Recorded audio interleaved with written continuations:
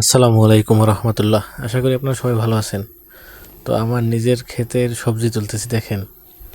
এখানে আছে ঝিঙ্গে, পাশে পেঁপেও আছে, অবশ্য পেঁপে তুলতেছি না, ঝিঙ্গে তুলতেছি। তো প্রথমে এক পিস বড় ঝিঙ্গে তুলতেছি দেখেন, এই যে মাশাল্লাহ আলহামদুলিল্লাহ, দেখেন কত বড় সাইজের। যদিও এটা আরও বড় হওয়ার কথা ছিল, বাট তার আগে আমরা তুলতেছি এবং এখন আরও এক পিস তুলতেছি দেখেন।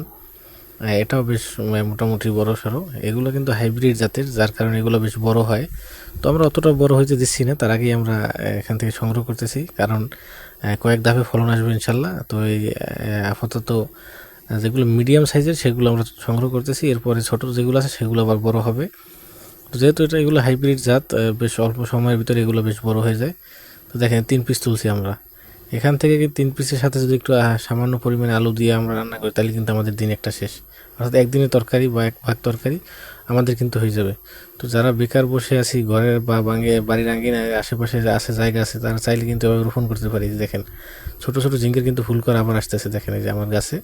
মাশাল্লাহ, সবাই দোয়া করবেন, সবাই ভালো থাকবেন। আসসালামু আলাইকুম।